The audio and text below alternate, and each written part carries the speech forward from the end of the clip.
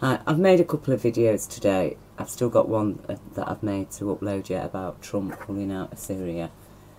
But basically, I'm just going to share a little bit of myself here about why I do what I do, who I am, what I've survived, and this video, my disclosure, which is quite a long video, but it goes, you know, I had such a traumatic, terrible childhood. And I shared this picture in this video of what our bedroom looked like in the 60s. You know, it was from the mid to late 60s.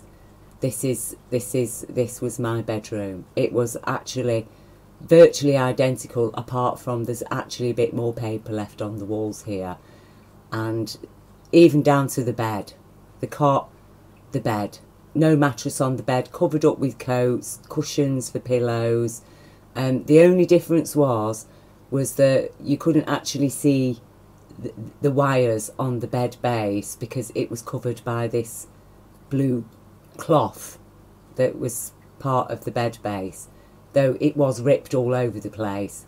But in it were wires, you know, and some of them were sticking through, so you had to be careful where you put your feet in the night because you could get cut on these wires.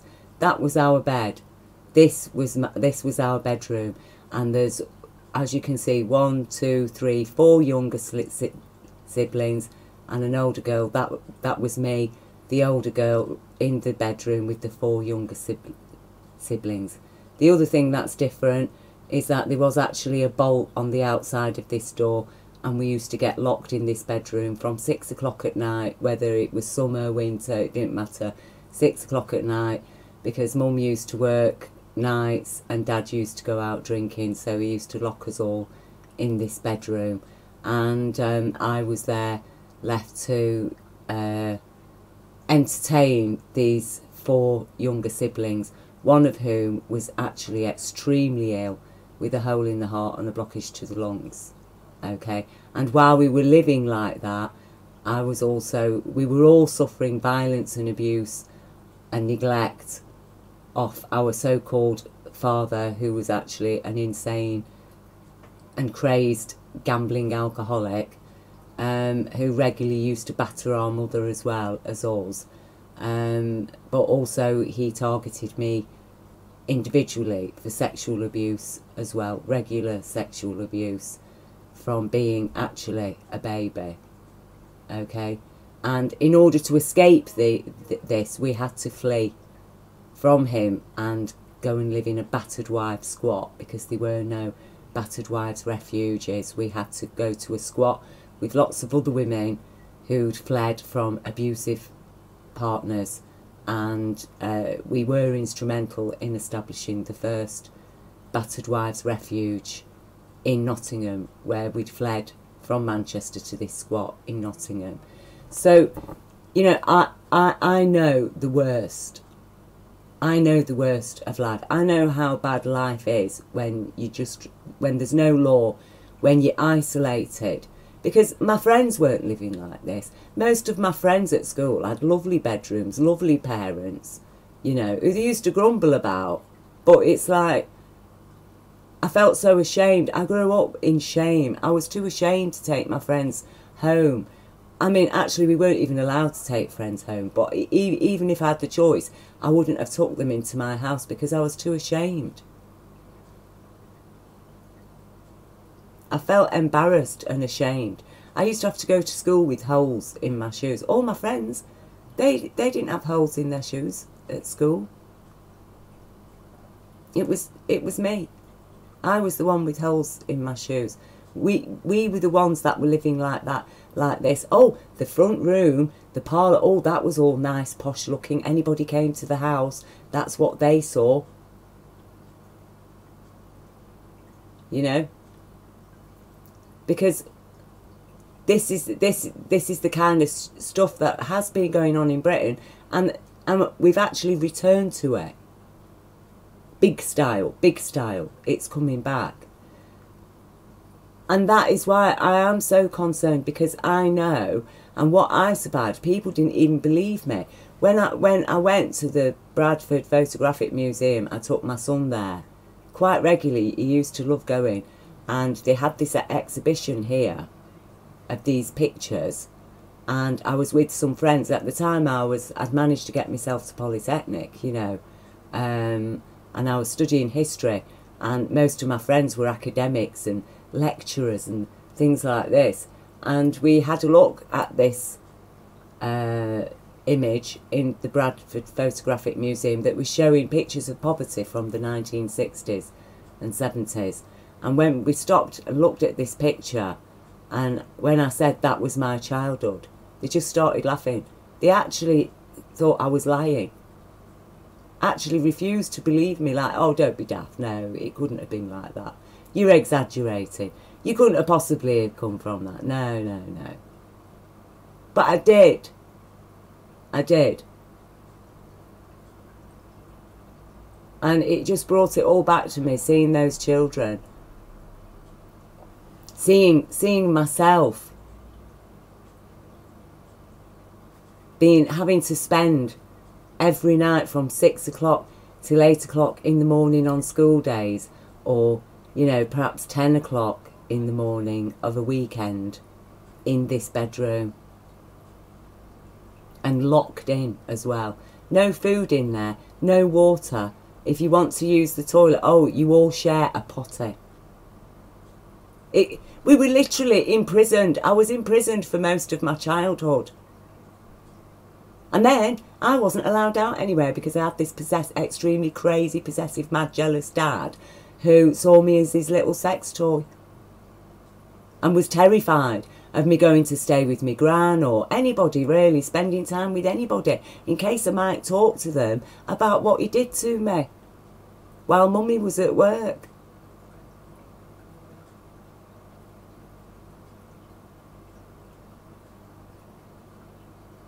You know, this is... I survived this. What? I survived this in order to witness what's become of Britain today. I survived all of this in order to witness my country being handed over to actually an even worse monster than my father. Because at least he didn't starve us to death. At least he didn't actually kill us. At least he didn't go out killing British people. But that's what this Tory government has done. And not only that, they've absolutely, utterly failed to provide justice to British children who report crimes to the police. British children who are being taken into care, they fail to provide. They're actually making money out of stealing children off people on the grounds of a future emotional risk. They're actually emotionally damaging children to protect them from a future emotional risk. And actually putting them at real risk in care.